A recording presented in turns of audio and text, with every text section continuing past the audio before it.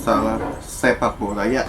Kita bahas update transfer yang baru terjadi hari ini. Ada beberapa gosip yang terjadi, yaitu yang pertama ada Ferran Torres yang resmi bergabung dengan Barcelona per Januari nanti seharga 55 juta euro ditebus dari Man City.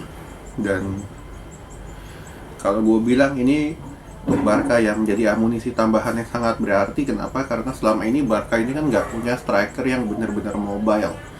Ya, kalau kita lihat di Barca selama ini cuma mengandalkan Depay, De Jong, dan Depay pun kalau gue bilang lebih nyaman bermain sebagai striker kanan ketimbang striker tengah, yang beberapa kali dia ini nggak bisa nggak bisa terlalu menang-menang duel udara segala macam. Depay ini bukan sosok seperti itu. Nah, cuman untuk Ferran Torres ini dikenal selama ini di City kan bermain sebagai false nine, karena posisi aslinya dia yaitu sebagai sayap kanan dan sering dipasang juga sebagai sebagai penyerang kanan. Nah, kalau gue bilang untuk di Barca nanti antara Depay dan Ferran Torres ini akan berbagi peran ya, dimana Depay ini akan muncul dari sisi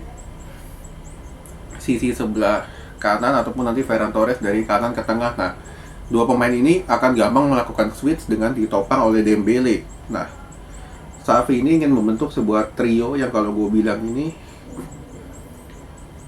cukup oke lah kalau misalkan bisa nyetel juga. Cuman apakah nanti bisa nyetel atau enggak ya kita nggak tahu, karena selama ini kan Ferran Torres ini hanya di Spanyol ya, usianya juga baru 20 tahunan dan baru berkarir di Valencia, dan belum banyak teruji lah ketika dia bermain bersama tim besar. Di City pun juga cuma setengah musim kan. Oke, lalu City pun di musim panas ini nggak jadi mendatangkan striker baru.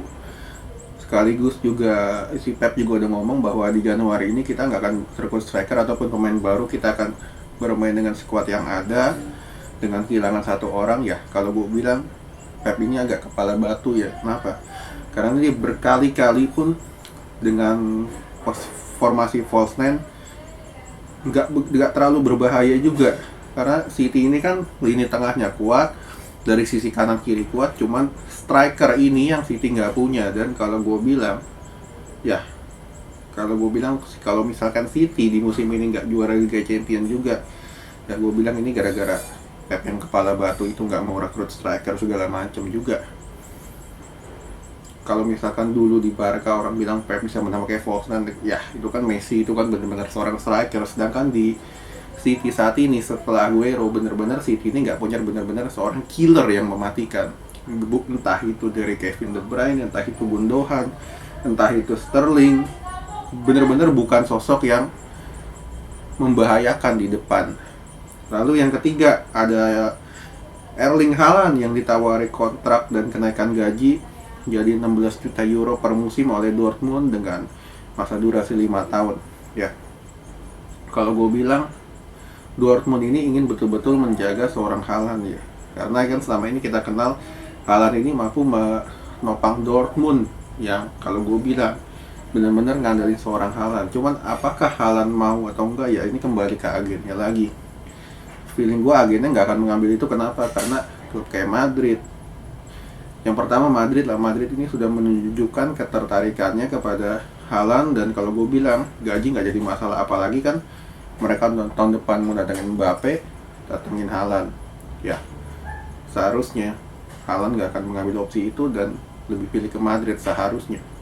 Oke, sekian dulu.